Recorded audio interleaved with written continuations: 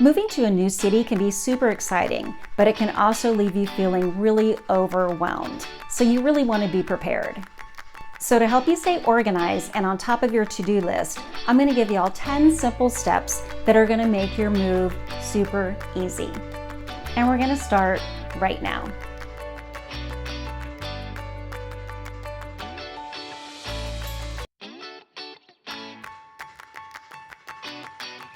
So the first thing you should do is visit Temecula. You really want to get a feel for the area. You want to travel through different neighborhoods and drive through there so that you can see what kind of houses appeal to you, what areas appeal to you, and which you like better. That's going to help you make a good decision when you're ready to move here and buy your home. It's also a good idea to visit some of the local places like the restaurants, the wineries, maybe the gyms, and just check out a few areas and make sure that it's going to be something that you're going to like. I've seen way too many people who have moved across the country or even just across town. Then they find out, especially if they move across country, that they don't like where they moved to. They don't have any friends or family there and they hate it. And so they end up moving back. So make sure, visit first and make sure it's somewhere that you could see yourself living.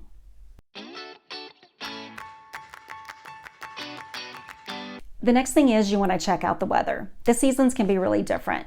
In the summer, it does get hot in Temecula. You're going to be in the 90s. You're going to have some days that are over 100s. To me, it doesn't really seem hot, but to a lot of people, especially if they're coming from a cooler area, that's super hot for them.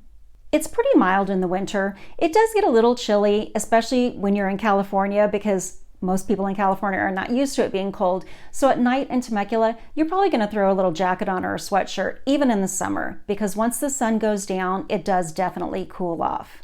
Now, typically we don't get a lot of rain. This last year, we have gotten tons and tons of rain, but that's not really typical for Temecula. And make sure when you're ready to visit here that you check the weather first and find out what the weather is going to be like so that you'll know how to pack.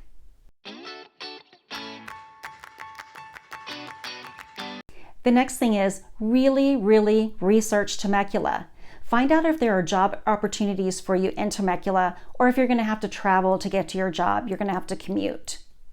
So don't forget to look in the cities that are close by and see what opportunities are there, because then you could just commute to your job. And if you're in one of the close cities, it's not going to be a bad drive at all. You also want to check out the different schools and the school districts. Now in Temecula, there's just the one school district, so it's Temecula Valley Unified. But you'll want to check out the different schools because some people want to buy their home particularly for a particular school. So it's important that you check that out ahead of time and you know what neighborhoods are zoned for what schools. Now remember, zoning does change. So just because it's that zone for that school when you buy your home, it could change. And Temecula does have several highly ranked schools, so it's really important that you look at the schools and find out what's going to be the perfect fit for your kids and your family. You want to check out the housing costs while you're here. You want to find out which neighborhoods are affordable for you and which ones are the ones that you're going to enjoy living in. Maybe it's the amenities that that neighborhood has that are going to sell you on your next home. And also just think of anything else that's important to you. So maybe it's something that's important in the city you live in now. Check out Temecula and see if we have it as well. And make a list. That way you won't forget anything. I always make lists for everything or I will forget.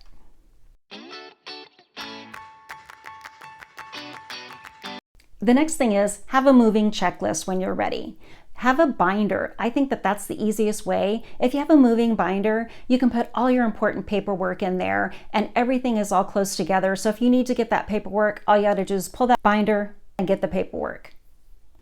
You also have to decide if you're going to use a moving company or you're going to do it yourself. So check out several moving companies, get quotes from all of them, get them in writing. You don't want them to quote you one thing on the phone and when they get there, it's a totally different quote. So make sure you get these quotes in writing. Don't forget on your moving checklist to put down things that you need to get forwarded, like your mail. That's really important. Make sure you fill that out ahead of time. Also think about your utilities. Think about scheduling your electric, gas, water, cable, internet, all that stuff. You're going to get it turned off at your old house and then get it turned on at your new home in Temecula.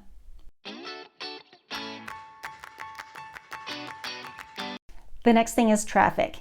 Get ready. We are definitely getting more traffic in Temecula, just as it's growing more and more. So more growth leads to more cars. So obviously more traffic, so more congestion.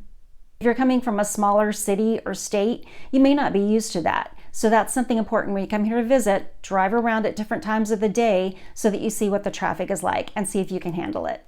We also have the fast track out here. So it's kind of like a toll. So if you're going to go maybe down to San Diego or to LA, you probably want to invest in the fast track because it makes it cheaper and you can get on that fast track and avoid all the heavy traffic that's on the freeway.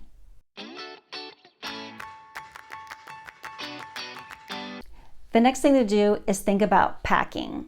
Trust me on this, start early. Don't wait to the last minute and then you're just throwing stuff in boxes because you don't have time to really pack appropriately. So start early. And make sure you label everything. Label every box. I like to write on the top of the boxes what is in that and which room it goes into. So that way when we get to our new home, it's there. I know exactly to tell the movers, okay, that's kitchen stuff, that's bedroom 1, bedroom 2, bedroom 3. Those go in the bathroom, things like that. So that makes it easier when you get to your new home to unpack. And when you're packing, think about things that you just don't use and you can get rid of them. Less things you have to pack when you want to get to your new home. So you may have a pile, you may want a pile of things you're going to donate, a pile of things you're going to toss, and then a pile of things you're going to keep. Sometimes that makes it a little bit easier to stay organized. And like I said before, don't wait. If you know you're ready to move, go ahead and start packing things that you don't use on a day-to-day basis. Maybe it's those books that are on the bookshelf and you're not reading them. Maybe it's the art on the wall. You can go ahead and pack those things up. Maybe it's dishes that you're not using on an everyday basis. Go ahead and pack those things up. Just makes it a little bit easier on you.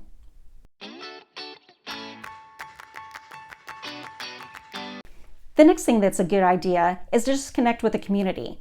There are all kind of groups on Facebook and Instagram, LinkedIn, YouTube. So start joining some of those groups. Then you're going to start to get a feel for Temecula and feel what it's like when you see all the things that people are posting.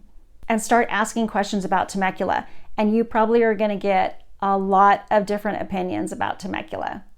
Do you like to volunteer? So maybe you can check out some of the different places in Temecula that need volunteers that you can help out at and help the community. And if your kids are still in school, like I said before, check out the different schools and go to them, maybe take a visit and go see what they're like. Hey, if y'all are finding value in my videos, can you do me a favor? Hit that subscribe button and click that bell so you get notified every single time I post a new video. Now let's get back to it.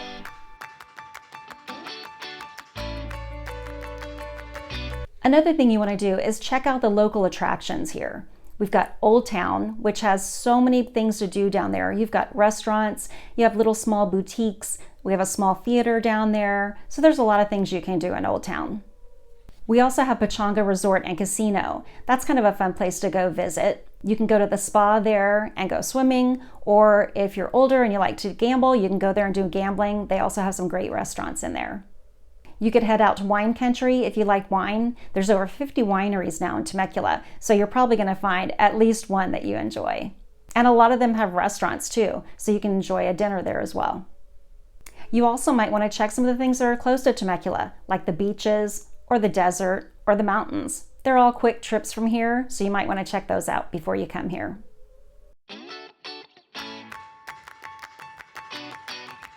The next thing is childcare. If you still have little ones at home, that's going to be really important for you to check into that. Or do you want to do a home daycare, or would you rather go to a daycare center? It's really important for the kids to get the socialization skills that they're going to need when they start school. So the daycare is definitely important, and it's good for you to interview several different ones so you can find the best one for your kids. I know when my kids were little, I went to several different daycares so that I could find the one that I thought was going to be the best for them. And there's also a lot of like mommy and me groups here, so check those out. You'll probably find them on Facebook or Instagram, and then you can see if that's going to be a good fit for you.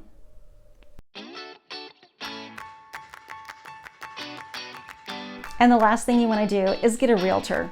That's me. Are you ready to make your move to Temecula? Let me help you so we can start the process so we can find the perfect neighborhood for you in Temecula. Just get a hold of me and we can get started on the process. Thanks so much for watching my video. And don't forget, if you haven't already done it, can you hit that subscribe button and click the bell so you get notified every single time I post a new video. See you next time.